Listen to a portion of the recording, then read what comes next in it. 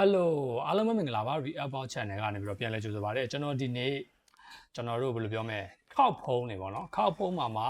flip မဟုတ်ဘဲနဲ့ fold တွေပေါ့ foldable တွေရဲ့ peak error ဖြစ်တဲ့ကျွန်တော်တို့ foldable တွေမှာဆိုရင်စိတ်ညစ်ရတဲ့ creep ပေါ့ခောက်ထားတဲ့ဒီအလဲ creep ကြီးမမြင်ရတော့လောက်မဲ့အနေအထားအထိဖြစ်လာတဲ့ foldable peak error ပေါ့ဗျာ foldable တွေရဲ့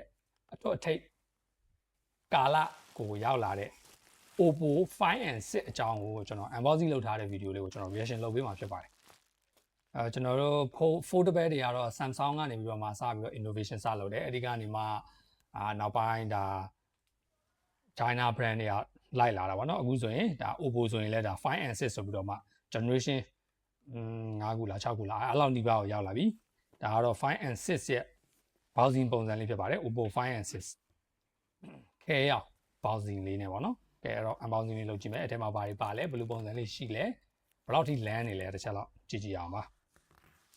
Okay ကျွန်တော်တို့ဘူးလေးကိုစဖွင့်လိုက်တော့ဖုန်းကိုအရင်စမြင်ရတာပေါ့နော် Find and 6 foldable ဖုန်းလေးသူကခောက်ထားလိုက်မယ်ဆိုရင်ကျွန်တော်တို့ပုံမှန် select phone တွေနဲ့အရွယ်တူပဲဖွင့်လိုက်မယ်ဆိုရင် mini tablet လေးလိုဖြစ်သွားမယ်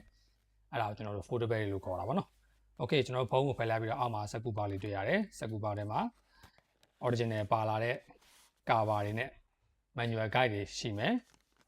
ဒါလေးကတော့ manual guide ပါနော်Oppo Find and 6ကတော့အခုကျွန်တော်သိရသလောက်က global လည်းထွက်တယ်ဗျဒါကတော့ China အလုံးပါနော်ဒါ original ထည့်ထားပေးတဲ့ case ဒါမှဒါလုံးဝ carbon case အကောင်းစား foldable တစ်ခုလုံးကို cover ဖြစ်တာပါနော်ဒါအနောက်အတွက်